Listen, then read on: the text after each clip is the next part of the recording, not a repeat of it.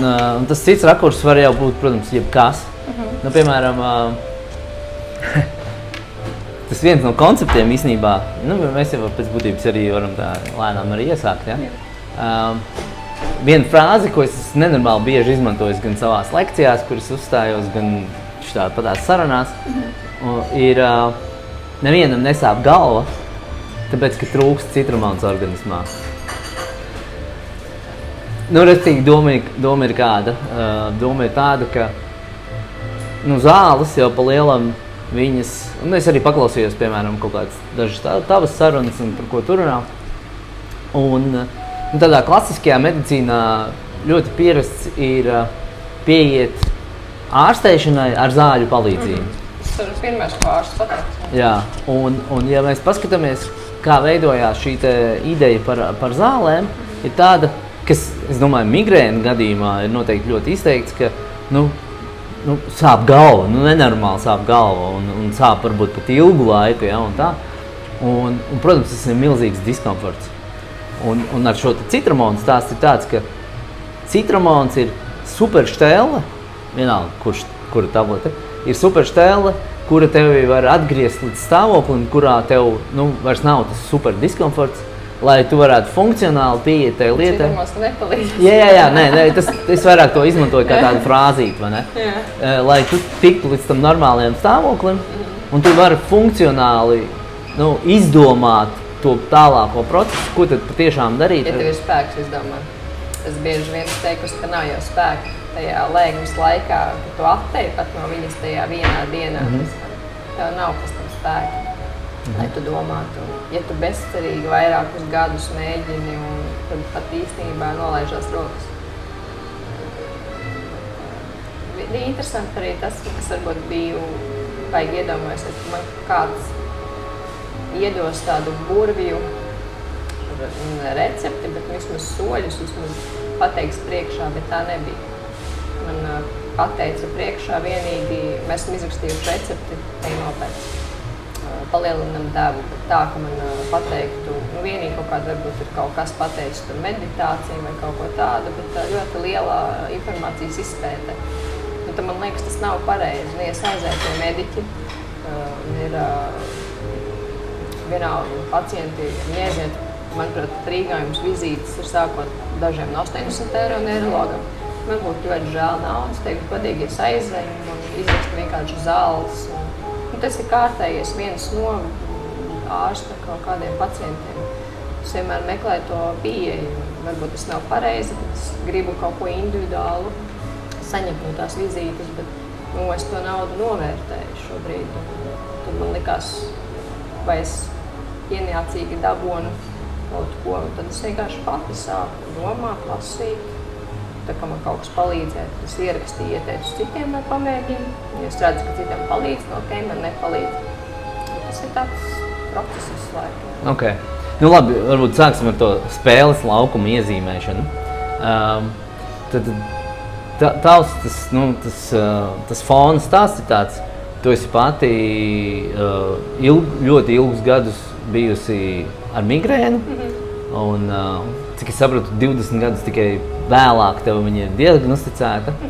Un šobrīd tu aktīvi darbojies biedrībā, kas pārstāv faktiski visu to migrēnas cilvēku intereses. Jā. Viņa saucās galvas sāpju pacientu biedrība. Viņa ir diezgan plaša, bet mēs nosaukumu neesam mainījuši. Pārsvarā es jau runāju tikai par migrēnu.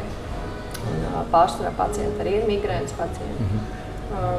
Ar biedrībām arī esmu runājis, mēs esam kopējā pacientu aliansē Latvijā. Biedru aktivitāte šobrīd ir ļoti švaka. Nerunājot par biedru maksām un lieliem aizspriedumiem.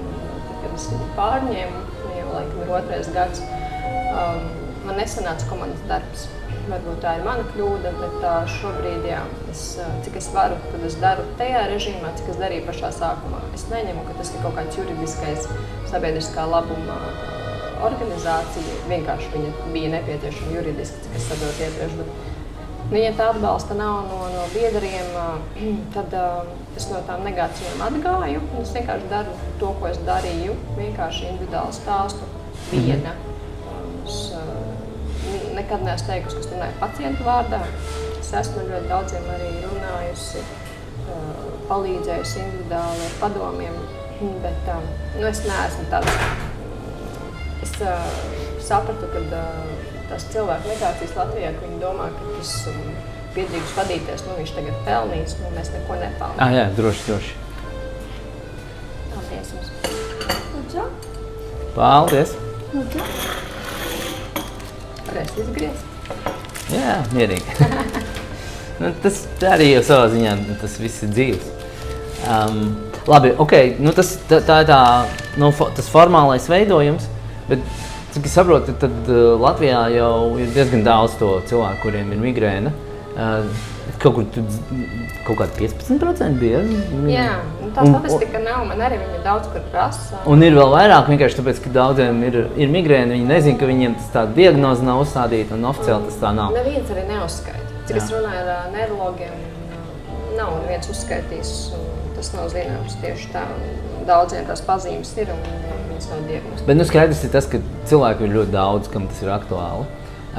Bet es tā, viena lieta, kas man visu laiku tajā, es neteikšu tā uzreiz, ka es par migrēnu maz ko zinu, bet kas man liekas tāds fundamentāls jautājums, kas vispār, jo tu arī kaut kādā sarunās esi minējis, tur galva var sāpēt labajā pusē, kreisajā, pakausī, pierē, vēl vis kaut kur, un galva var sāpēt, ento iemeslu dēļ, ja?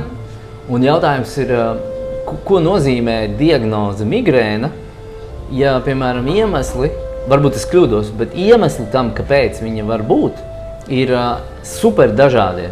Ja? Tas vienam sāp ēders, jo viņš ir apēdis kaut ko super sūdīgu, vienam ir ļoti viss atšķirēts, tāpēc, ka kuņģa baktērijas un tā tālāk. Un jautājums ir, zem tās vārdu migrēna, tur ir sabāsts visa tipa galvas sāpes, kuras ilgstoši ir novērotas, vai tas ir kaut kāds viens parametrs, pēc kā nosaka? Galvas sāpju veidi ir ļoti daudzi, bet migrēnai specifiskā izpausme.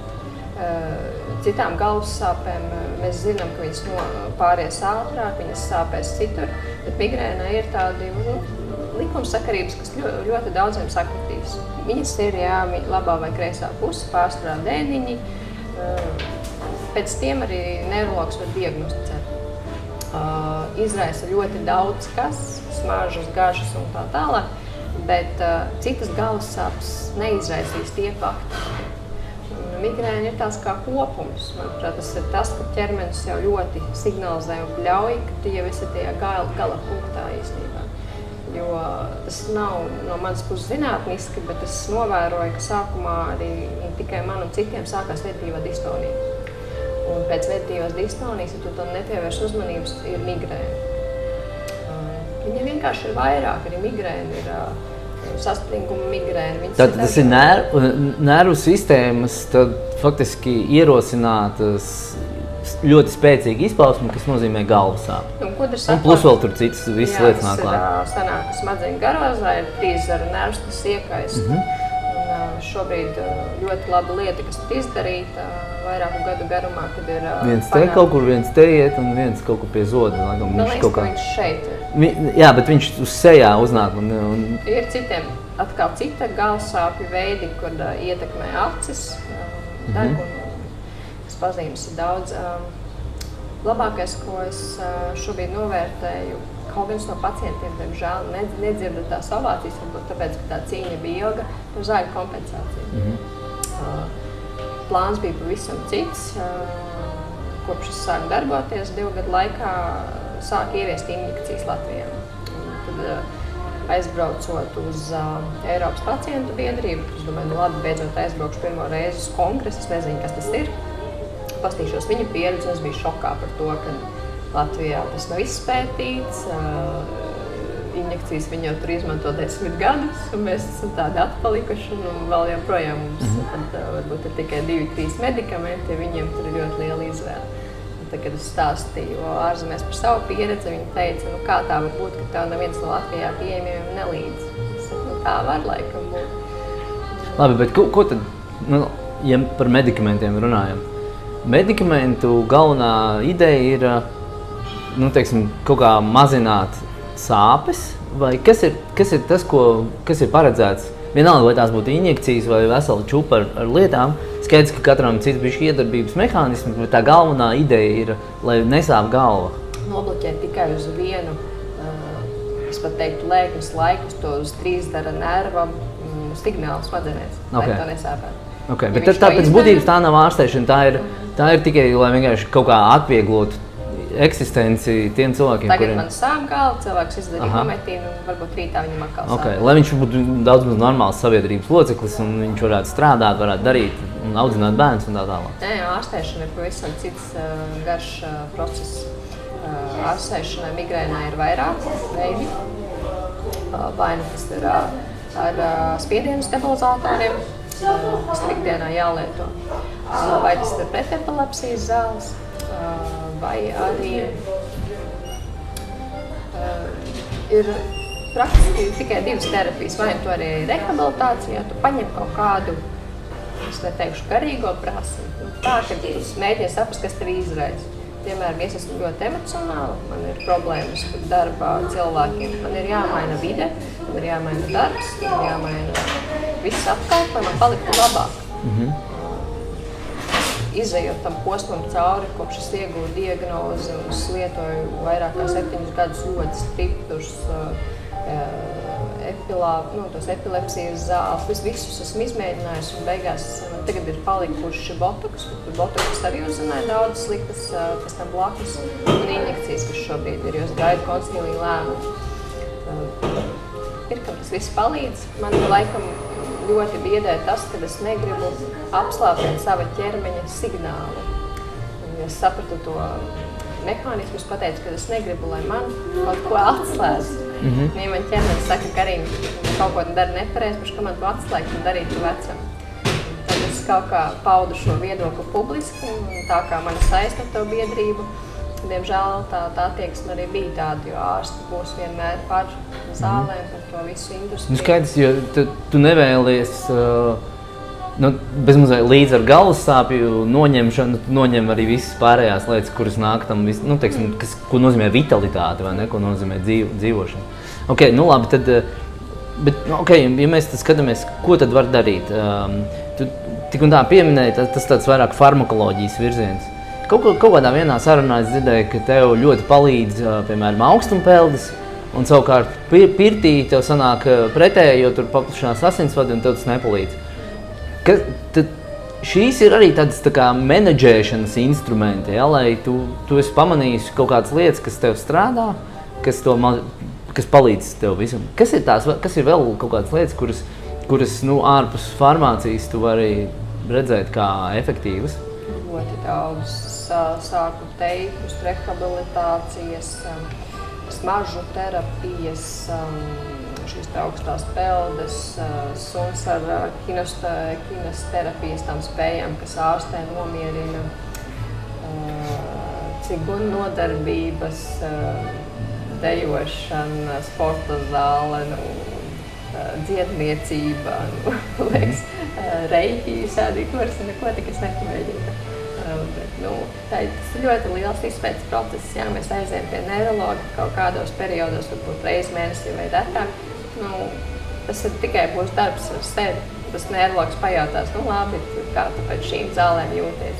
Bet šeit bija tā, ka es ņēmu uz kladi, rakstīju, teiksim, reiki kaut kādus labākos speciālistus vai biedrības, kas pārstāv. Visu uztura konsultācijas ir jāņem vērā. Tev ir jāaptver tie ļoti daudz neskaitāmi faktori, kas tev to migrēnu var ietekmēt. Un no tiem visiem tev ir jāsaprot, kas tevi ietekmē. Un tad es sāku likt kaut kā to puzlīt kopā. Tu zini, kas ir biohackings? Savā ziņā es esmu viens no tiem, kas Latvijā laikam ir diezgan daudz darījis, lai popularizētu šo ideju.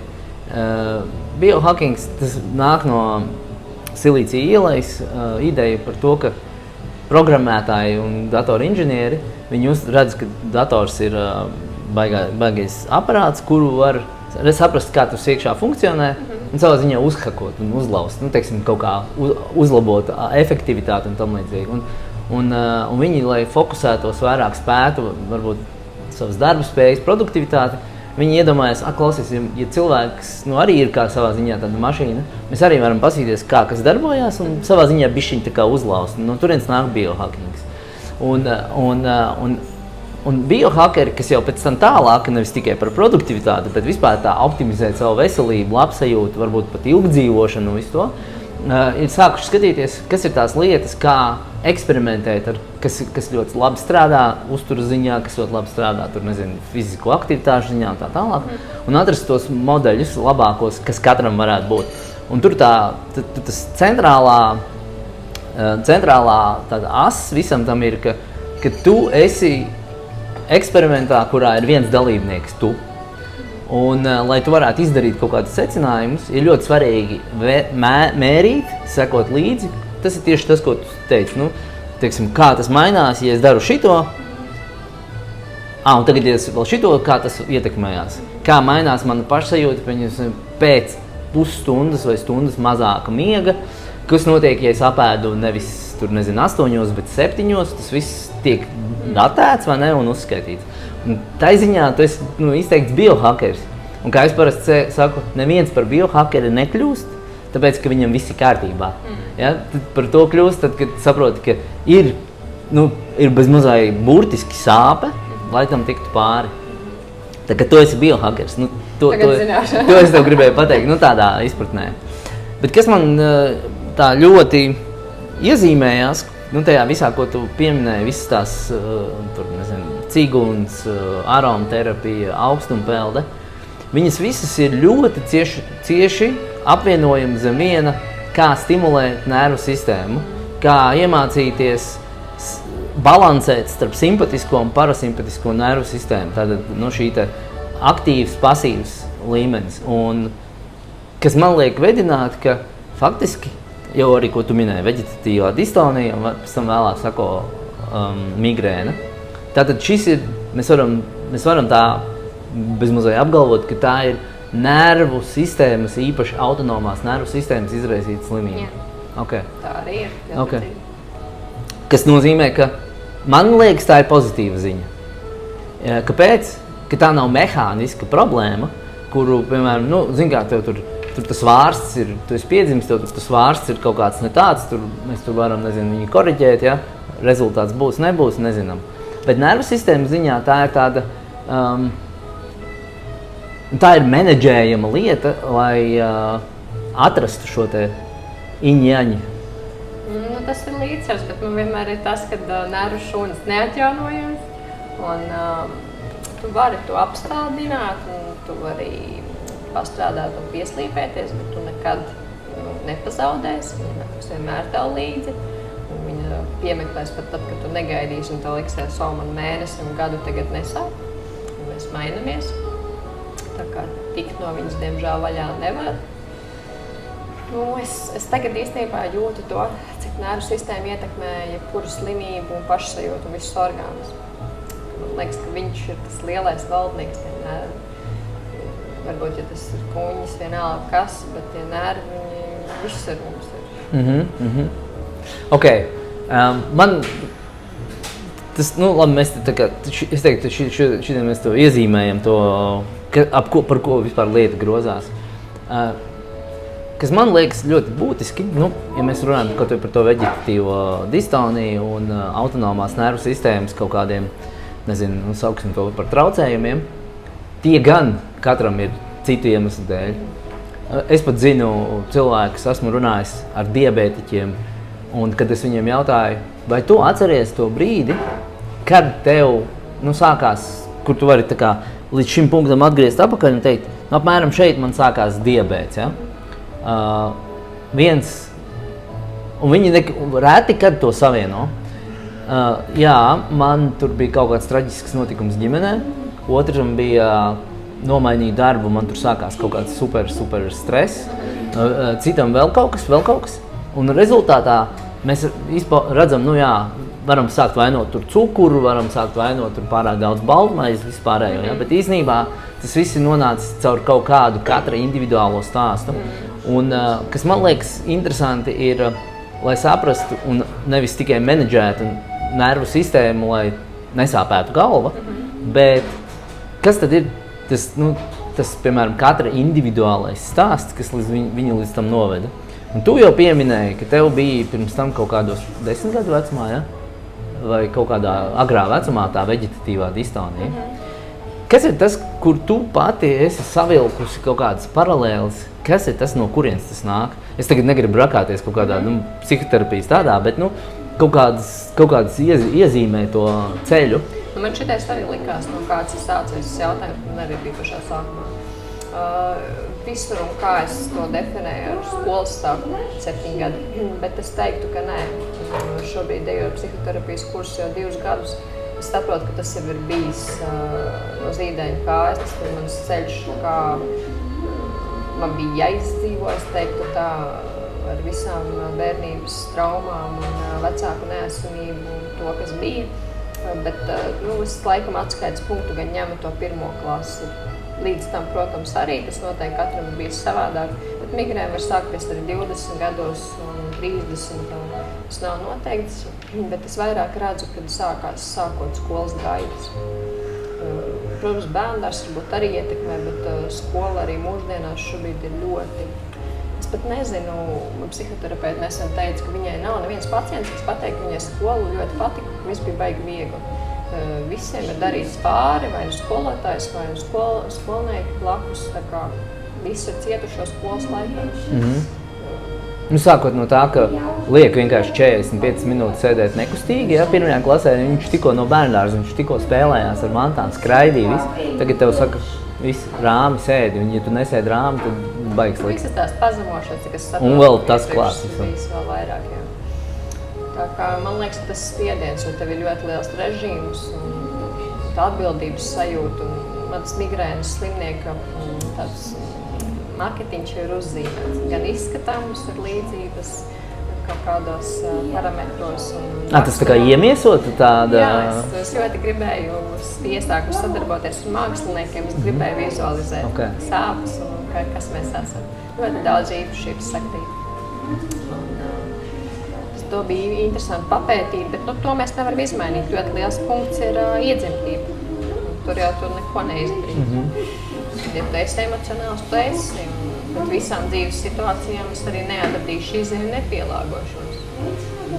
Katru dienu mums kaut ko izaicina, un tas ir bezmazliet, ka tev pēkšņi nobiedē ar kaut ko, un tu tam vienkārši neesi gatavs.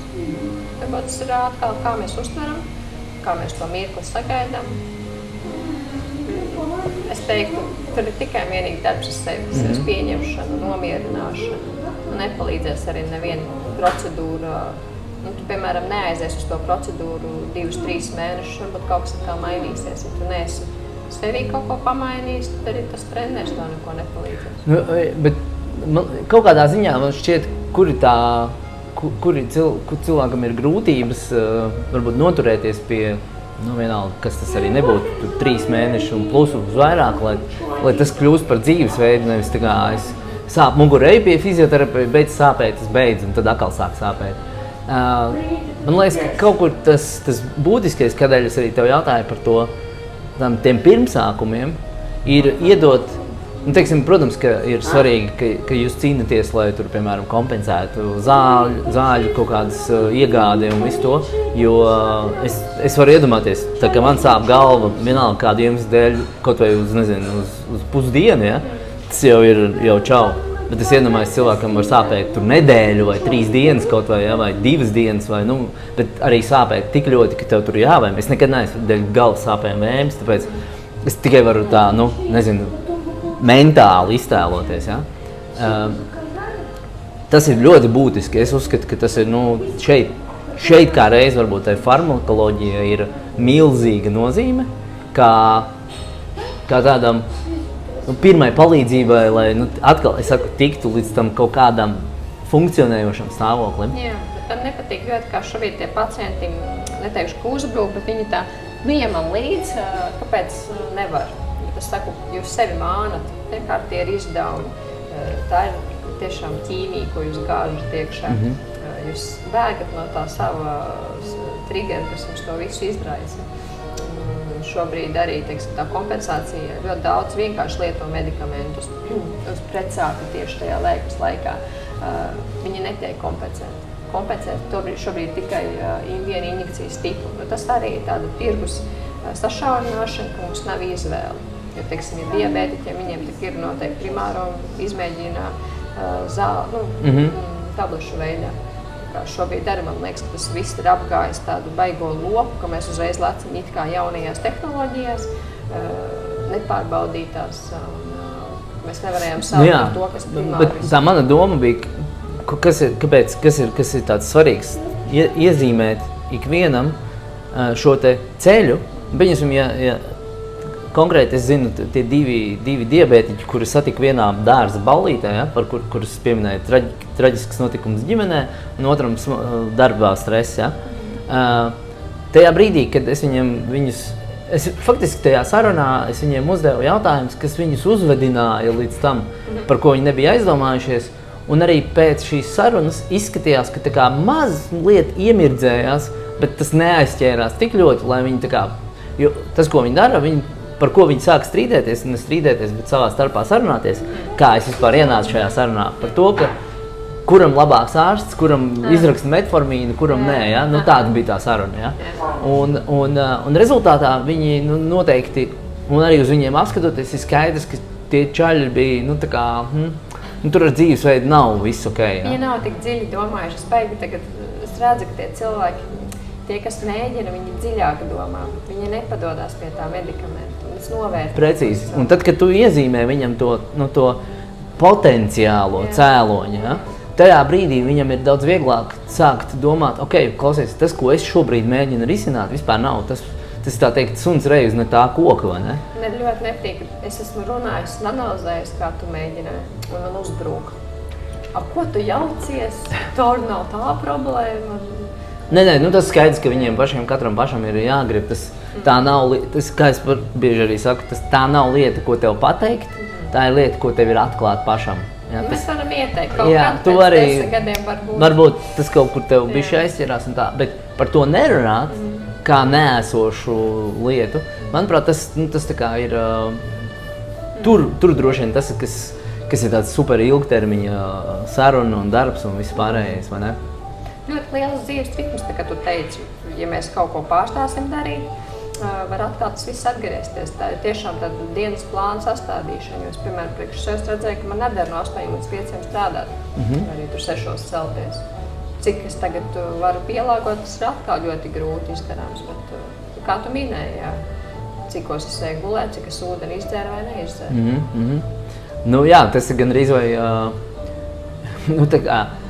tā stulbi teikt, bet ka gandrīz vai, ka bieži vien tā saucamās subklīniskie stāvokļi, kurās tieši tik daudz sāp, ka var tolerēt, bet ne tik daudz, lai kaut kur baigi dziļi ieraktos, vai ne?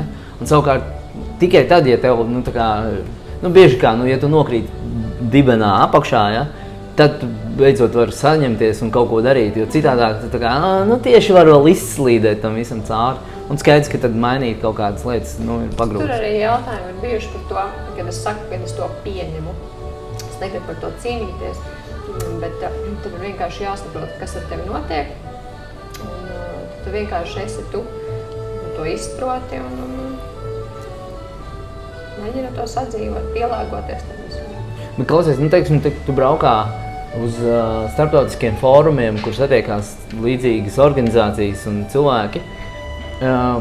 Kas ir tas, piemēram, tie temati, par ko tiek runāts, vēl bez klasiskās farmakoloģijas un tam līdzīgi? Ir kaut kāds tāds, varbūt, šie te citi skatījumi, kaut vai tā paša stāsta savienošana, cēloņu meklēšana un kaut kas tāds. Kas ir tie vēl citi sarunu temati? Ja godīgi, tā kā es aizbraucu, man arī bija tā, jo man nav medicīniska izglītība. Plus vēl bija angļu valodas barjera medicīniskās. Man ļoti, tagad, kas atskatos, kad tu sāki par programmu, nebija nekas tāds. Tur bija darba vieta, tur situācija uzlabošana, pabalsti. Arī Latvijai pacelts temats par migrēnas diennakts centru, bet nebija. Ja es tā tagad skatos, ka man tur piedāvātu, man liekas, tur pat tādu vārdu kā meditācija nepieminēja. Nebija nekas tāds. Tur bija tīri medicīniski, kurš nervs, dažādi profesori, bet nepiegāja no tās puses vispār. Bet tas ir tāpēc, kā tev šķiet, es tev prasu tavu versiju, ja? Tas, tavuprāt, ir tāpēc, ka tur ļoti daudz ir mediķu un tā saucamās klasiskās zinātnes pārstāvji, kuri paši vienkārši nav trenējušies tādās lietās, kuriem tas nav mācīts un kuri varbūt savā ziņā pat tur to pa gabalu, jo, ko tu man stāsti par kaut kādu reiki, ja, kas tas nav nopietni un tā? Es pati, cik redzu, kas biedrībā ienāk sadarbības no farmācijas firmām. Okay. Un tāpēc es saprotu, ka mani pašu vai caur biedriem nav uzrunājuši neklasiskās medicīnas pārstāvi. Es viņus esmu meklējusi un pēc tam mēģinājusi strādāt ar viņiem, bet man liekas, ka ja tas neirologs mums ieteiks kaut ko ārpus, tad viņš no sevis to pacientu īstenībā noņem nost, viņiem tas nebūs izdevīgi. Abonements beidzās, jā. Viņš vairs nenāks. Un man pašai ir tā, ka šobrīd neirologi ar manī vairs nekontaktējas. Okay. Es esmu negribot aizgājusi uz citu fronti, kur es it kā kultivēju, bet katram ir izvēle. Bet, teiksim, tā ir, faktiski es to teiktu, tā ir patiesības runāšana. Ja tu teiksim, sāktu stāstīt un runāt par lietām, kuras tā kā visi grib dzirdēt, ja? Tu faktiski nonāc tādā savā iekšējā konfliktā un beigās tas, faktiski kaut kādā ziņā varētu pat teikt, ka cilvēkiem, kuriem tās veģetatīvās distonijas ir sākušās tādos jau pieaugušajos gados, ja, un kuras potenciāli var aizvest arī līdz tai pašai migrēnai, lielā mērā ir tāpēc, ka cilvēki nav patiesi pret sevi. Jā. Jo, piemēram, tas pats no 9 līdz 5 vai 6 darbs, ja, kurā vienkārši labi maksā naudu, bet kurš noteikti tev nepiepilda dvēseli, ir sev malošana, lai tikai nodrošinātu komfortu, ja, un tu visu laiku esi tādā, tu visu laiku politkorekti izsakies, tu nesaki, ko tu domā, tikai tāpēc, lai tev saglabātu to tavu pozīciju un vispārējo, ne?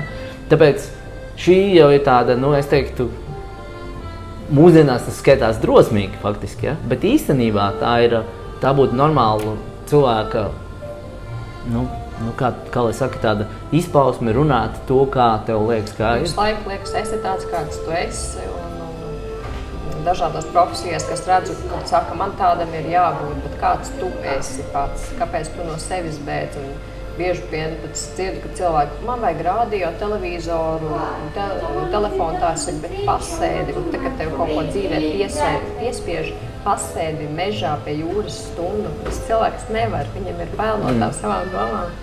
No kur tad dzenies, tu pat nesaproti, kas ar tev notiek, un tu pie tā risinājuma nenonāks. Kopš es vispār sāku runāt, ka tu saki, kādam mums vajadzētu būt.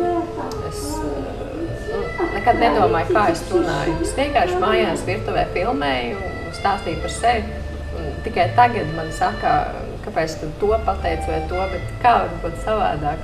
Kāpēc man iesteigt, domājot par to, kādu tēlu es gribu un ar ko es gribētu sadarboties un kā man runāt. Un tad es šobrīd to grūto ceļu neju, es vienkārši brīvi, kad satiekamies un runājam. Es nekad negatavojos, es runāju to, ko es domāju, brīvi.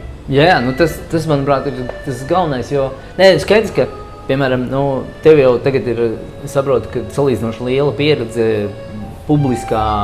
gan no publiskā, teiksim, mēdījos un tā, gan vadot organizāciju, ja? Ir jau lietas, ko var uztrenēties, ja? Un ir jau lietas, kur tev nevajadzīgi vai lieki nav, teiksim, jāravsta lauva aiz ūsām, ne? Bet tāpat laikā, palikt patiesi tam savam vēstījumam, tam, ko tu patiesi domā, ja? Lai tas, jo kaut ko darīt tikai tāpēc, ka tur ir piekrišana tam, ja? Tas ļoti ātri var apžilbināt, vai ne? Un tāpēc jau, piemēram, es noteikti varētu taisīt šādas sarunas, kuras gūtu daudz lielāku popularitāti, nezinu, un tā, bet ir tie cilvēki, kuriem interesē, kuri meklē, kuri grib, kurus uzrunā kaut kādas lietas, kas pišķi no citas puses, un tāpēc es savā ziņā arī vēlējos ar tevi runāt par tik aktuālu lietu, bet man nebija pārliecības, ja godīgi, es nemaz nezināju, ka tu arī ka tu tomēr gribi skatīties to bišķi no citas puses. Es visur to saku, kad tu saki, vai man vajadzētu pieturēties pie kaut kā, nē. Man pat tagad liekas, kad es paskatos visas intervijas, ka tur ir viens un tas pats. Tā kā, reizēm liekas, man tiešām vēl kaut kur iet, jo es tik daudziem es izstāstīju to pašu. Bet tie kanāli, kā cilvēki nokļūst tur savādāk, es visu tur kaut kā pieturos pie tā viedokļa. Varbūt mainās gada skaitļi, diemžēl. Pieminēju, tu teici, ka tev tur 20 gados. Tas man varbūt jūka, bet nē, es vienmēr pieturos. Publiski es visu tur esmu teikusi, jā, ka zāles, nē. Es nenoliekšu, varbūt, ja man kaut kad būs akūta tāda situācija, un es tagad ļoti domāju par to koncīlijas slēdzienu, vai es piekritīšu, man arī iedos sanāk vērtība 2000 ar 3 injekcijām, kas ir pēc tam arī jautājums. Ļoti daudz cilvēki, es brīnos, kad bezmaz vai savu pēdējo algu atdod tā injekcija, bet es varu dzīvot. Tad man ir jautājums, injekcija strādā mēnesi, 2, 3. Ko tu darīsi pēc tam? Tev atkal vajadzēs 1000, lai tu varētu nopirkt to injekciju. Tā kā, visu laiku mēģinu mudināt, kad tas ir to vērts, bet cilvēkiem ir svarīgi aiziet uz darbu. Un es domāju, klau, tu iztērē injekcijai 600 eiro, un cik aizgāju uz darbu, gandrīz mēnesi strādāju, un tu vienu injekciju varētu nopirkt. Tu jau darbā savus nervus pazaudē. Principā tu esi tāda modernā laika vergs, jā. Jā, tu tā kā uz nulīti varbūt izēju naudas vērtībā. Okay. Es pavisam nesen intervēju, ir Vija Buša, varbūt es dzirdējusi. Viņa arī nav pati nekāda ārste, nav medicīniskā izglītība, bet viņa ir izmācījusies par to, kā atjaunot savu redzi pašam. Un tur mēs arī, piemēram, runājam, arī, teiksim, tas pats, es arī lietoju brilles. Es lietoju brilles vājākas nekā man vajadzētu tālumam, vai ne? Un viņi saka vispār, ņem nost tās brilles, es nelieto. Jā. Es izmantoju pārsvarā braukt ar mašīnu. Cerēs skatīties pa televizoru kaut ko, bet labi, tas tā. Bet arī runājam par to, ka tās lietas var darīt, jā, bet tas viss prasa enerģiju, tas prasa ieguldījumu, tas prasa to.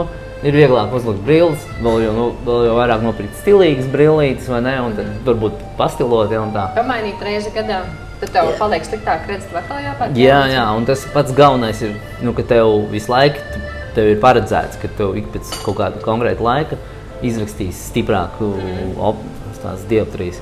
Lūk, un vēl viena lieta, kas man šitajā visā kontekstā ir par šo te, un varbūt par to es varētu gribēt vairāk tavu viedokli. Es nezinu, vai tu esi par to kaut kādreiz tā aizdomājusies. Piemēram, ja tu iedomājies, ka cilvēkiem ir ļoti daudziem augsts asinsspiediens, paaugstināts asinsspiediens. Un tad, protams, aiziet pie ārsta, viņš tev nomēra, jā, jums ir paaugstināts asinsspiediens. Lūk, redz, kur ir beta blokeri vai vienalga, kas tur ir. Bet ja mēs tagad sākam domāt, interesanti, ko ķermenis grib panākt ar to, ka viņš ir paaugstinājis asinsspiedienu.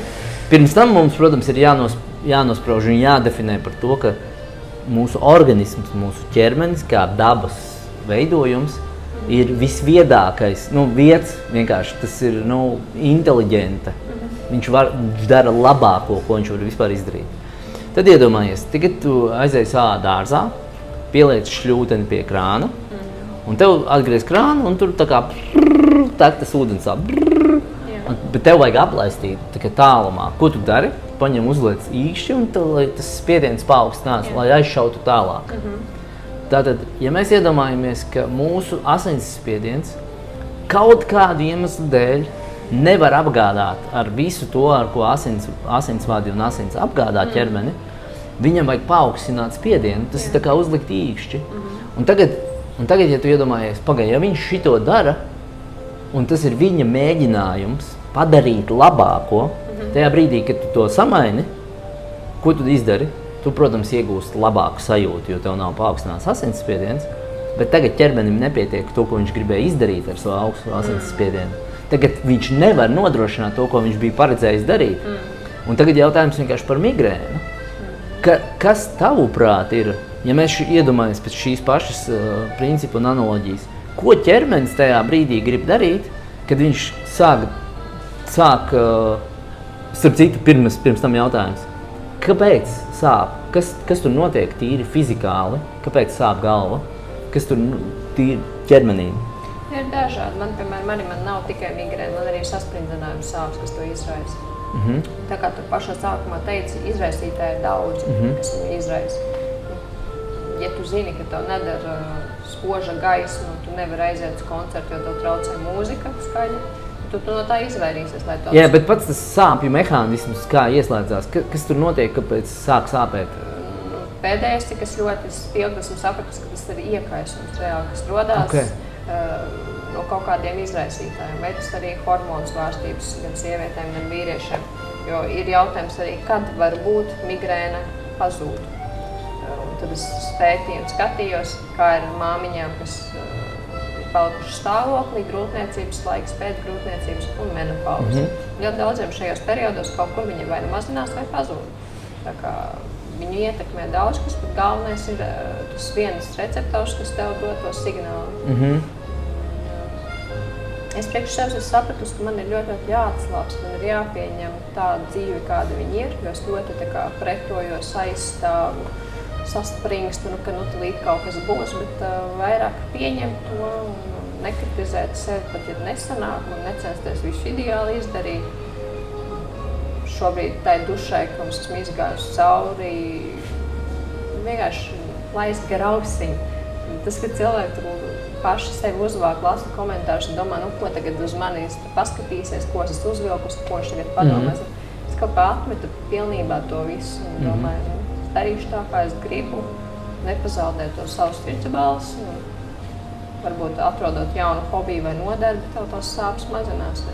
Kas interesanti, ja tu, piemēram, tikai paļaujies uz to, ka, iedomājies, būtu uztaisītas perfektās zāles, kuras izdara tableti un viss uzreiz pāriet, tad ko vēl tas dara? Līdzīgi kā ar to asinsspiedienu, ja tu noņem nost to asinsspiedienu, tad pēkšņi ķermenis nenodrošina to, ko viņam vajadzētu nodrošināt. Tas nozīmē arī to, ka, ja tu apēdi tableti, tad tu pēc būtības neiemācies. Tu joprojām turpini dzīvot tajā spriedzē, un tev nav vajadzības nemazām līst tajā iekšā, lai saprastu, kāpēc es tagad esmu vispār uzvilkts? Tagad ir tableti, zin kā, man lai tur tas uzvilkums, lai tur ir, zin. Varbūt tu, teiksim, guli 6 stundas, bet tev būtu jāguļ 8 vai 10. Izdarot tableti, tāpat darīs pa savam. Vai tev, piemēram, tagad ir ļoti arī aktuāli glutēns un izslēgt olbaltumvielas un saldumus un cukuru. Cilvēks viņš nepamēģinātu. Ja viņš pamēģinātu, kā tu minēji, viņam ir tableti, viņam ir viena alga. Es neteikšu, ka man tas sadusmo, bet man tas liekas tā, cik jūs visu mūžu dzersiet tās tabletes. Tā ir tiešām beigšana pašam no sevis. Jā, un tad ejot apakaļ uz to, kāpēc tad sāp tā galva, jo, ja tas asinsspiediens, faktiski, ja mēs viņu pārdefinējam, ka nevis paaugstināts asinsspiediens ir slimība, hipertensija nosaukums, ja, kuru diagnosticē, bet ka augsts asinsspiediens ir īstenībā ķermeņa terapija, tas ir viņa mēģinājums sevi uzlabot. Tad jautājums, ko tieši grib izdarīt ar šīm galvas sāpēm? Kas ir tā viņa ķermeņa adaptīvais tas mehānisms, kāpēc viņš to dara? Es vienkārši teiksim, kā tev liekas pašai? Filozofiski, man šodien liekas domāt, man nedomājies. Lai būtu bišķi citādāk intervija nekā cits. Es domāju, ka vismaz kā es jūtos, kad es par daudz, mans ķermenis lieki uzbrūk. Ja man būtu jāsalīdzina, tas redzu sevi kā tādu adaptēju no ezi vai arī kā lauvas bieži vien definēju. Kad es esmu pārāk uz āru tāda aizsardzības pozā, kad nedariet man pārspīt, aizstargājuši sevi. Kad man savukārt ir jāmācās tas mīļums, maigums, klusība, nosvērtība, pieņemšana, smaids un tā. Noteikti tas ir tas, kas ķermenis signalizē, ka viņš ir mieru, teikt tā. Kad es par daudz veltu to enerģiju un iedomām, ka man kāds kaut ko tagad dara pāri, man ir jāizstargājas, kad patiesībā tā nav. Man tikko ienāca prātā, tas droši vien katram dažādi, bet tāda negribētos uzreiz uzlikt, ka tas tā kā tāds šablons visiem dara, ja? Bet Tu esi dzirdējis par tādu lietu kā German New Medicine, jeb jaunā vācu medicīna. Tur tāds doktors Hammers ir. Būtībā tā, varbūt ir interesanti paskatīties, papētīt. Ideja ir par to, ka, es teiktu, tas ir tāda bišķiņ dziļāka psihosomātikas tāds temats. Hammers pats pašam viņam aizgāja bojā, nomira dēls, man liekas, ka viņu nošāva vai kaut kas tāds. Un tad viņam pēc tam, dažu mēnešu laikā, sākās sēklinieka audzējs. Un tad viņš tur sāka ar to visu tur ņemties un darboties, un tad viņš vispār nonāca audzēji, kas kaut kādā hospitālī, kurā lielākoties visi ir ar audzējiem un vēžiem. Un viņš sāka pētīt tos gan smadzeņu skanējumus ar tiem pacientiem, tur tūkstošiem izgāja cauri, un viņš sāka pamanīt likumsakarības starp to, kas emocionāls dzīvē noticis, ar to, kas pa audzēju cilvēkam ir noticis. Un tad tur, piemēram, ja sievietei ir kreisajā krūtī audzējs, tas ir saistīts tur ar to, ar robežu vai piesaisti ar tuviem cilvēkiem, ja, jo sieviete baro pārsvarā, ja ir ērti, tad šādi ar to krūti, un tam līdzīgi. Un kas man ienāca prātā no šī paša koncepta, ir ideja, ka sāk sāpēt galva, ja tu pa daudz dzīvo prātā. Pa maz sirdī. Visu laiku esi galvā, nevis tā kā bez sirds, bez visu pārējā iesaist. Tas tā kā kaut kur rezonē, ja? Jā, tas ir, es saku, mana tīrība domās un galvā, jo es zinu, ka man tur ir bardakas, diemžēl, un es kā bardaku tādu to saucamo savu puši nevaru atdalīt. Es domāju, ja man tur būtu tāda brīva, tur pludmala bez mazvai un tāda tīrība, tad man pašai būtu vieglāk. Ļoti labi, īstenībā ļoti interesanti, bet tas likumsakarības var atklāt. Es arī, tāpēc arī, cik varu, tik es izkrasu, kas man zvana un arī vienmēr saku, kāpēc, kā jums liek tas to izraist. Tas nevar būt tikai varbūt tur tagad gaisa spiediens vai arī vējš, mums arī baigi ietekmē mēnesis fāzes un vēl kaut kas. Nē, noteikti ir, kā tu teici, kaut kas. Un šeit es varbūt gan, nezinu, bet varbūt mēs tik smalki nevarētu. Tur varbūt tikai visi tie, kas ir uzauguši bez vecākiem vai bez tēva. Tā laikam, ka gan ne, bet tad pārdzīvojums viennozīmīgi tur kaut kāds apakšā ir, jā. Bet interesanti, es tagad vēl aizdomājos, cik es pirms tam ļoti biju maz par migrēnām tā domājis. Un tu saki, ka lielākoties tas, kas izraisa šo te pašu sāpi, vai latviski tā nesaka, ir sāpes, ja, izraisa, jo tur veidojās kaut kāds tā kā iekaisums. Ja mēs pastamies atkal no tā ķermeņa terapijas viedokļa, tad iekaisums ir ūdens sašķidrināšanās, paaugstinot ķermeņa temperatūru. Restīvi, mums ūdens ķermenī ir želejas formā. Un asinīs, visur, kur mums ir ūdens, ja visos orgānos, viņš ir tā saucamajā 4. fāzes stāvoklī. Restīvi, ir šķidrs, ciets ūdens un gāzveida, bet 4. fāze ir tā kā želejas formā. Un tad, kad ja mēs esam pilnīgi veseli, mums želeja ir perfektā želejas formā. Tad, kad cilvēks saslimst, viņam paaugstinās temperatūra, drudzis, tajā brīdī tiek sašķidrināts šis ūdens, lai izvadītu ārā to, ko vajag. Ar to mēs redzam, piemēram, ja ir skabarga pirkstā, te parādās mazs iekaisums, tur ir uzkarsis, tur parādās strutas, kas ir šķidrs, lai izdabūtu ārā šo te. Un tagad, ja tu saki, ja tur tajā vietā parādās tāds kā iekaisums, tad tur mazliet paaugstinās temperatūra, un savā ziņā tas sašķidrinātais ūdens to bardaciņu grib bišķiņ tā kā izskalot. Viņam nav kur iznākt ārā, un tādēļ tas visu laiku turpinās. Ja? Un tāpēc jautājums ir, tas kaut kā makes sense, kā saka. Baigi interesanti, šodien tur ļoti filozofiski pieeja migrēnē. Jā, tā sāpes vienmēr es piefiksēju, rada muskuļu spazmu. Es vienmēr pielieku, man liekas, kas tā kā notiek, bet man reāli spiež galvu. Tie definējumi dažādi, ka tur tiešām liekas, ka traktors ar galvu brauc, vai man tagad visu laiku bieži sajūt, ka man vienkārši plakanis to galvu liek galvā. Un man arī vienmēr liekas, ir tas, ka paliek karsti, es novērojos, bet arī tur atkal distonija, ka tev būtu gan paaugstināta temperatūra vai atkal augsta, ka tev ir tā kā drudzis un trīcekļi, arī trīcekļi un muskuļu spāzmas ir, kad pirksti sajietu kopā. Un elkoņos adatiņas, tās izpausmes kopā ar migrēni ir dažādas, bet tas varētu būt tas, ka kā tu saki, šķidrais ūdens kaut kur mēģina iziet ārā. Un trakākais, īstenībā, ko aizdomājos, viņš jau neiznāk ārā. Es, kad veicot 8 analīzes mums laiku, vairākus gadus rāda iekaisumu to faktoru rādītāju, un es nekad nevarēju saprast, kāpēc. Tagad pēdējā konferencē, kad tas mediķis par to trīszaru nervu sāk stāstīt un to vienu receptoru, man liekas, kur viņš ir. Interesanti. Klausies, tu esi pamēģinājusi visu to prakšu ietvaros elpošanas prakses. Pēdējais pusgads.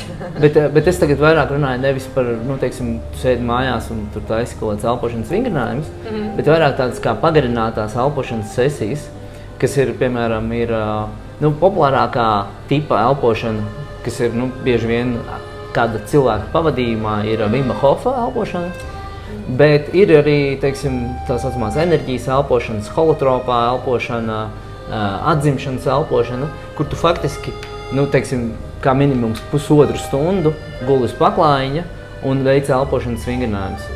Tā atzimšanas elpošana ir dzirdēta. Arī viena speciālista kaut kur es uz dūros viņu neaizbraucu.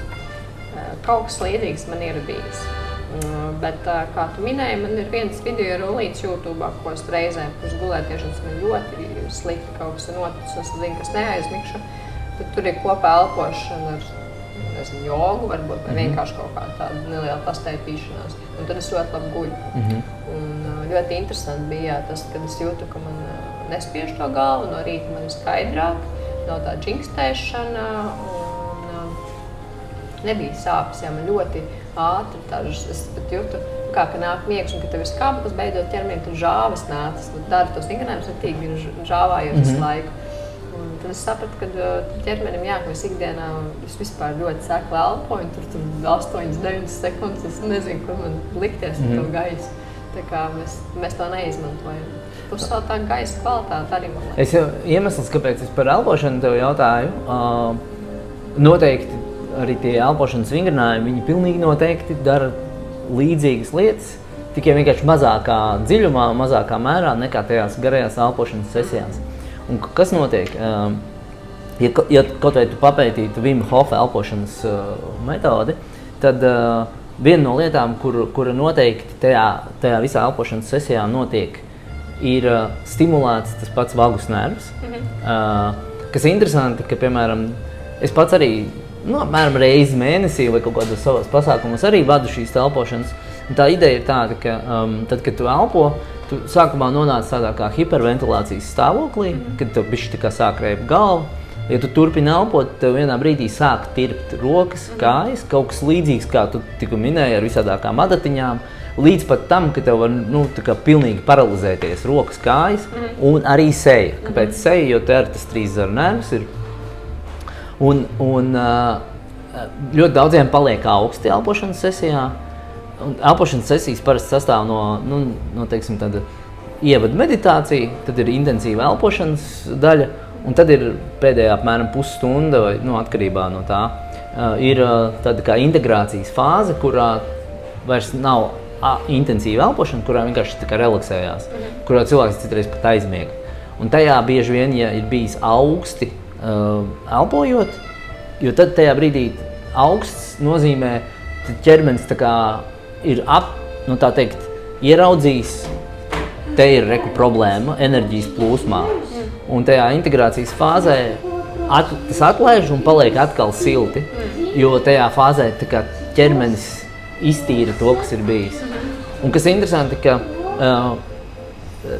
elpojot šādi, tu iekustini tā saucamo cerebrospinālo šķidrumu, kurš ienāk smadzenēs, un viņš apmēram beidzās tur, kur ir čiekurveida dziedzers. Tieši tāpēc, ka viņš tur kustina to čiekurveida dziedzeri, cilvēki bieži vien redz, kosmosā lido, ja? Viņiem ir, tur tiek atbrīvots DMT, tā saucamā dievišķā molekula, kas cilvēkiem liek pamainīt apziņas stāvokli. Kas vēl, tas ir viens, kas ļoti kustina šo te limfatisko un smadzeņu tīrīšanas mehānismu. Otrs ir elpojot, mēs īstenībā lielāko daļu no visa, kas mums ir tā kā liekas toksisks vai vēl, mēs izelpojam to burtiski ārā. Es nezinu, vai tu zināji, ka cilvēki notievē, respektīvi cilvēks kāds zaudē svaru, tad lielākoties svara zudums ir caur izelpu. Mēs lielāko daudzumu to visu, kas mums sastāv taukos, izelpojam ārā. Tā kā tur notiek arī vēl tā atbrīvošanās. Un kas man liekas interesanti caur to, ka ja tur iekšā smadzenēs šis te mēģina tā kā tīrīties, bet nespēja, es domāju, ka var gadīties, ka ļoti lielu efektu iedotu tas. Un vēl viena pēdējā lieta ir, kas bieži vien arī notiek daudziem, ir šīs tā saucamās, tās, nezinu, neapzinātās, varbūt pat konkrētās traumas, kuras tur, nezinu, bērnībā ir bijušas, ka tās arī pašķetinās. Un tāpēc es tev pajautāju par to. Jā, es teikšu, es paviešu, esmu pieslēgus uz elpošanai mazliet. Es sapratu, ka tehnikas ir diezgan daudz. Bieži vien arī īstenībā es kaut ko skatos pati, bet man laikam vajag sākumā aiziet pie kāda, kas man izstāst, kā to pareizāk dara. Negribas darīt nepareizi, un tad tā interese arī zūd, liekas, vai es daru pareizi. Bet tagad, ko es sāku, ko man arī apstiprināja beidzot, žoklis. Žokļa kustība un žokļa iekaisums, ka man ir nepareizi sakodiens un krakšķis, un tad man ortodonts pat teica, ka viņš zina, ka tas varētu būt saistīts ar migrēnu. Tad es daudz ko skatījos. Te ir tas viens trīszaru nervs, viņš te nāk tieši pie zoda. Jo mēs naktī gan griežam zobus, kad ir dažādi veidi kapes. Tā kā man atkal atvērās kaut kāds jauna sadaļa, kad varbūt man žoklis ir pie vainas migrēnē. Kad es arī naktī baigi sasprindzi un pa dienu, kad nav atslābums. Tā kā izpētīt var daudz un noteikti vēl daudz, kas ir jādara. Jā, ļoti interesanti. Jā, zoda nozīme vispār ir tāda, kas arī, piemēram, manā sarunu komplektā ir arī viena sarunā, ir tāds Mike Mew. Viņš ir brits. Es viņu tur tā arī nosaucu, man liekas, viņš arī citur tā tiek dēvēts kā pasaulē nīstākais ortodonts. Tāpēc, ka viņš arī, ko dara ortodonti? Viņš saka, tev ir šķība zobi, liekam breketes vai ko tur, ja? Viņš saka, zini kā, tev šķība zobi lielākoties, tāpēc, ka vispār varbūt tev stāja nav laba. Tev ir ļoti vāji šitie muskuļi, jo mēs ēdam mīkstu ēdienu, ja? Respektīvi, ļoti aizlikts deguns, mute vaļā, ja? Neveidojās augšā vēlve, jo mēlē jābūt piespiestai uz augšu. Un tādā garā, respektīvi, viņš tur liek kopā visu, viņš tādu evolucionāro skaidrojumu. Redzat, pēc ar viņu neienīst. Jā, viņa ļoti, un tad tieši viņš arī par šo te runāja, kā žokļa, šī apakšžokļa, kā viņš ietekmē kaklu, stāju, un te jau, protams, iet tie visi asinsvadi, kuri principā arī droši vien tām augstumpeldēm vai karstuma, šitie jau ir tie, kas ietekmē beigās to, kā galva jūtas. Bet daudz arī iet uz masāžām un plecus tieši, jo visi pleci savilkti. Daudziem sākas no pleciem uz galva, jā. Par stāju, jā, es arī pēc tam, ka sāku pētīt, ka man ir nepareizi stāja, tur ķermenis uz vienu pusi un kā, un man ir kreisā pusi savas. Visi mani orgāni, viss ir kreisā pusi jāatvāja. Tā kā reizēm, jā, ja galva sāp, tad man par kreisā pusi varētu kādreiz nogriezt tos paši. Tā kā interesanti, ka, piemēram, ja mēs par šito runājam, ja, var gadīties, ka tur tas viss ir, tur bērnības pārdzīvojuma dēļ, ja, bet varbūt beigās izrādās daudz triviālāk. Vienkārši bišķiņ skelets ne tā veidojās, ja. Ja, mazliet kaut kur ir, piemēram, kas pilnīgi noteikti gadās. Ir nepareiza apava, bērnam ir pa maz apava, bērns nesaka, viņam veidojās tur tāda un šitāda pēda, kas tur pa ķēdītē ar visu fasciju palīdzību veido kaut kādu šķībumu, līkumu, un ja tu gadiem, beigās tas viss izpaužās tā kā tas ir visu kopā un, protams, tas nepadara vieglāku šo te izpētes variantu, bet kas man liekas interesanti pašam, un es sajūtu arī tevī šo, ka ir interesantāk dzīvot. Jā, pēc sevi. Tā kā zinātnieks. Nebeidzams stāsts, vai ne? Es tāpēc saku, reizēm tas sapnī. Katra tāda arī sesija un darbs maksā naudu. Un tā, kad tu pieķeries, man liekas, zobiem, visi zina, ka tas ir visdārgākais, kas sev ir var būt. Ja tu neesi līdzinieks, vēl jau vairāk, un ja tev ir darbs, tad tu vispār pie tiem ārstiem netiec. Un tā, ja tu no apdrošināšana, tad vēl trakāk. Tā kā, ja tu dzīvo, tev ir jāmīl sevi, tev ir jārakājas, jā.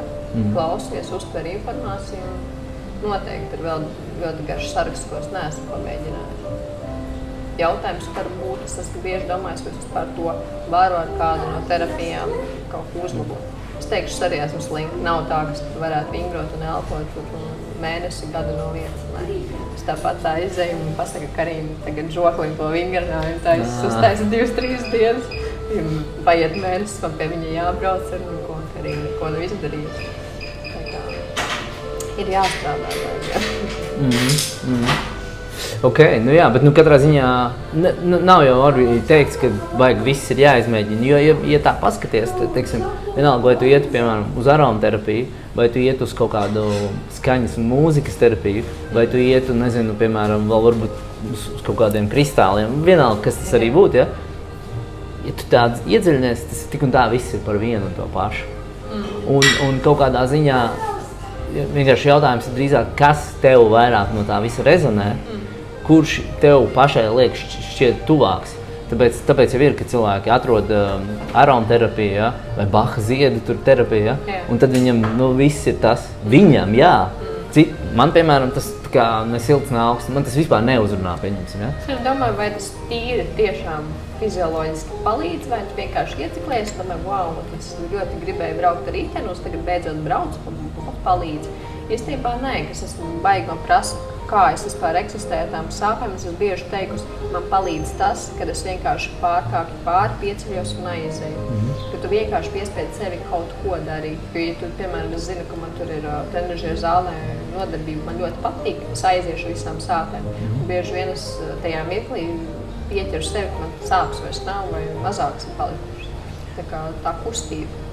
Jā, bet tas ko tas parāda, vismaz mans novērojums tāds, tas parāda to, ka mēs jau esam ļoti arī apsēsti ar tādām tehniskām lietām, piemēram, kas tad ir uzturs pareizs, ja? Vai tas beigās tas glutēns ir jāēd vai nav. Redz, ka cukurs, ja? Viņš, protams, nepalīdzēja tiem diabētiķiem, ja? Bet skaidrs, ka tas nebija cukuru dēļ, kad viņi ir palikuši par diabētiķiem. Tad jautājums ir vairāk par to, ka tu vari darīt arī tā saucamās neveselīgās lietas, bet jautājums ir atkal atgriežoties pie tām, mēs laikam par to daudz nerunājām, bet pie tā, kādu enerģiju tu izstaro. Jo tas, tu pati pieminēji arī to mīlestības un sirds to enerģiju. Un ir pilnīgi noteikti zināms, ka sirdī ir savs elektromagnētiskais lauks, tā izstaro savu strāvojumu. Tieši tā iemesla dēļ mēs varam arī elektrokardiogrammu taisīt. Tikai tāpēc, ka viņai ir savs šis te impulss. Un savā ziņā, jo tu pacēl vairāk šīs te vibrācijas, kas ir tā pozitīvā sajūta, kas ir tas, ko tu ar sirdi jūti. Un ja tu saki, man visvairāk palīdz tas, ka tu piecelies, ej un dari, visticamāk, tu pasaki, vai tas pareizi, ka tev tas liek labi justies, jo tu esi cilvēks, kas šādas lietas var izdarīt. Un tajā brīdī, kad tu šo var izdarīt, tas tev rada to foršo vibrāciju. Tu iegūsti uzvaru, bet par enerģiju es to ļoti piekritīšu, kāpēc es gadu gāju pie dziedniekiem, mēs skatījāmies enerģijas bloku un lauku. Un tad es vienmēr domāju, kāpēc es pievelku tur tādus cilvēkus, kāpēc tā notiek un kāpēc es netieku augstākā kaut kādā līmenī. Un tad īstenībā man atkal uzdeva jautājumu, man liekas, tu enerģiju, kā cilvēks var pats pacelt.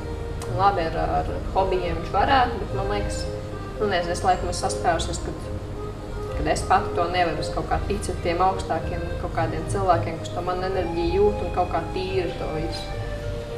Es esmu skatījusies dzimtas pa vairākās paudzēs. Man liekas, es varu tagad izmainīt darba vidi, kolēģus un hobijus. Tas pacels enerģiju, bet vai pilnībā kaut kas zemapziņā mums paliks tā vai tā. Jā, bet Lao Tzu ir tāds teiciens, kad vajadzēs studentam, viņam parādīsies skolotājs. Tā ir populāra frāze, ja? Jā. Bet ne visi izmanto otro daļu frāzē. Tātad, kad skolnieks gatavs, parādās skolotājs. Un punkts un tālāk ir, kad skolnieks patiešām gatavs, skolotājs pazūd. Viņam vairs nevajag, jā. Un tāpēc tas ir tas stāsts droši vien par to, ka kad mēs esam gatavi, tev parādās viss kaut kādas idejas priekšā, tas ir tas, kur tu viena pati saki, tu nevari, ja? Un kaut kādā brīdī nonāks, ka nē, tu vari viena pati, tu tā kā apgūsti. Man arī ir vajadzīgs skolotājs, vai ne? Bet mēs ejam uz to, lai mēs varētu atmest. Nu, beigās mēs esam varbūt kādam citam skolotājs, jā? Jā. Bet mums jāaug, noteikti mums vajadzēs vēl citas skolotājs. Bet kas svarīgi droši vien ir tā mazliet tā pieticība un pazemība tajā, ka mums viņš ir vajadzīgs. Jā. Nevis, ka mēs jau visu zinām, jo tas ir jābūt, ka tu teici. Jā. Man ļoti žēl, ka tagad, man liekas, ka cilvēki tajos darbos skrējienā bērnos, ka viņi, es nezinu, varbūt citi par 40, 50 un tā gados tikai sāk aizdomāties dziļāk. Baigi žēl. Nu labi, noslēdzot to mēs tev tā ļoti filozofiski, bet kas man liekas tas būtiskais, jo tad to jau var jebkurš dabūt. Rekur ir tabuliņa, ja tev ir tāds, tad tev vajag šito injekciju, šito ir tāds, tas tāds savā ziņā vienkārši. Tāpēc arī ārstiem ir savā ziņā vienkārši. Un viss, ko tu vari sagaidīt, ir, viņš tev pēc tabuliņas iedos to. Es pacientiem šitos teikusi, man uzrakstu, es tagad lietoju šitās zāles, kuras lietoju tu, kuras man palīdzēs.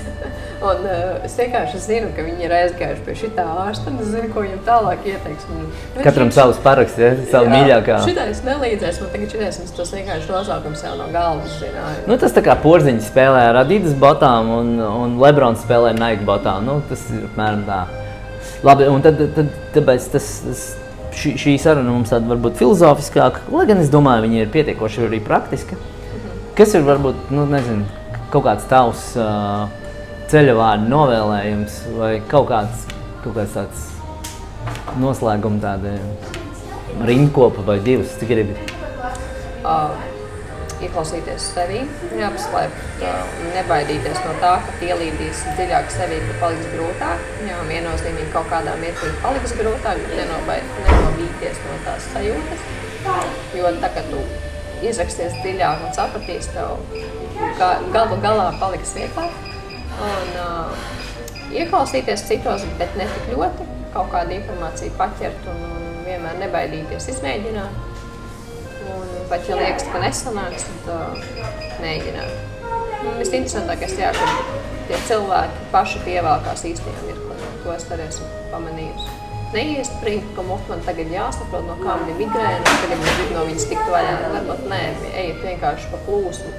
Tiešām nevajag iespringt un seja pēc tās filozofijas, ka tur augšā kāds jau man likteni un man rītdiena jau ir izplānojusi. Es tur vairs neko nevaru ietekmēt. Bet ļoti labi, jo šis bija perfekti par to, ka cilvēks ļoti grib tikt vaļā no tās migrēnas. Ja? Līdzīgi, es to pašu varu novērot, cilvēks grib tikt vaļā no liekā svara. Es saku, ja tu sakārtos veselību, svars pats pazudīs. Tāpēc, ka tev nonāks tajā savā optimālajā stāvoklī, kādā ir tev paredzēts. Un ja tu iesi nevis dzīsies, un kā mēdz arī tagad teikt, cīnīties ar kaut ko, ja? Cīnīties ar vēzi, uzvarēt, viss šīs kara terminoloģija tiek izmantota. Bet, kad tu sāc atrast to saskaņu visā tajā, tad visam pašam jāpazūd ir. Tu baigi pieliksi spēku pie tā, lai tu cīnītos un ietu pret kaut ko. Varbūt pagaidi, iet grūti, bet vieglāk paņem to. It īpaši, ja tu gribi cīnīties pret kaut ko tādu, kas varbūt nāk tev, lai pavēstītu kaut ko vērtīgu. Jā, tieši pretēji. Tieši tā. Ok, super, paldies tev. Man liekas, bija baigi labi. Baigi filozofs.